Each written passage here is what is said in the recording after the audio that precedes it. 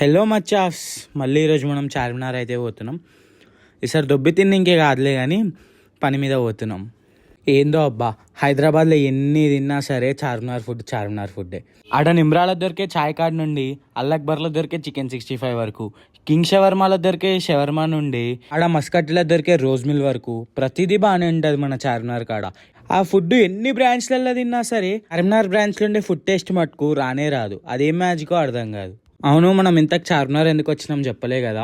మా మమ్మీ మస్తు రోజుల నుండి చార్మినార్ కాడ దొరికే పలక గాజులు తీసుకొని రమ్మని చెప్పింది.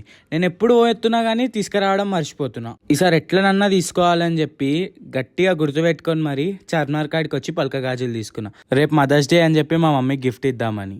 నేను చార్మినార్ కాడికి ఎప్పుడు పోయినా టేస్ట్ చేసి అల్లాక్బర్ ఫుడ్ ఈసారి టేస్ట్ చేయలే. నాకు ఎందుకో నచ్చుతలేదు. ఇంటికి వస్తుంటే ఇన్కంప్లీట్గా ఫీల్ అవుతున్నా. సరే ఈసారి మిస్ అయింది, ఏదో మిస్ అయిపోయింది, సరే ఇంటికాడ చేసుకుందామని చెప్పి పోయి కిలో చికెన్ అయితే పట్టుకొచ్చుకున్నా. నా పక్కనున్నది నా బొమ్మడిది. వీడు నేను చేసే ప్రతి పనులు ఉంటాడు. నేను ఇప్పుడు ప్రజెంట్ మా అమ్మమ్మ వాళ్ళ ఇంటికాడ ఉన్నా. అందుకే వీడియో మొత్తం డిఫరెంట్ లొకేషన్లో ఉంది. ఎప్పుడు మన ఇంట్లోనేనా, ఈసారి అమ్మమ్మ వాళ్ళ ఇంట్లో చేసి తినిపిద్దాం మన టేస్ట్ ఏందో అని చెప్పి చికెన్ 65 ఉండడం అయితే స్టార్ట్ చేసిన. మొన్న నేను సజెస్ట్ సమ్ కంటెంట్ అని చెప్పి స్టోరీ పెడితే దాంట్లో కన్నా కుకింగ్ రెసిపీ వీడియో పెట్టన్నా, నేను కూడా నేర్చుకుంటా అన్నాడు. ఈ వీడియో అన్న కోసమే. అన్న చూసి నేర్చుకో. కిలో చికెన్ తీసుకొని దాన్ని రక్తం పోయే వరకు మంచిగా గడుగు. దాని తర్వాత దాంట్లో 4 చెంచాల కారం, 2 చెంచాల ఉప్పు, 1 చెంచా పసుపు వేసి దాని మీదకి కొంచెం కార్న్ఫ్లవర్ వేసి బాగా కలిపి మ్యారినేట్ చేసి 15 నిమిషాలు పక్కకు పెట్టుకో.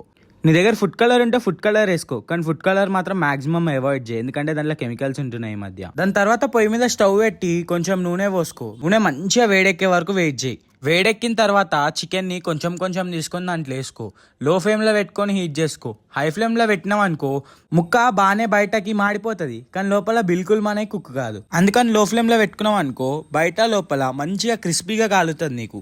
దాన్ని మంచిగా 5 to 10 minutes కుక్ చేసిన తర్వాత మంచిగా ఒక బౌల్లోకి తీసుకో.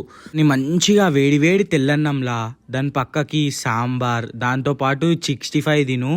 హెవెన్ ఉంటుంది మామ.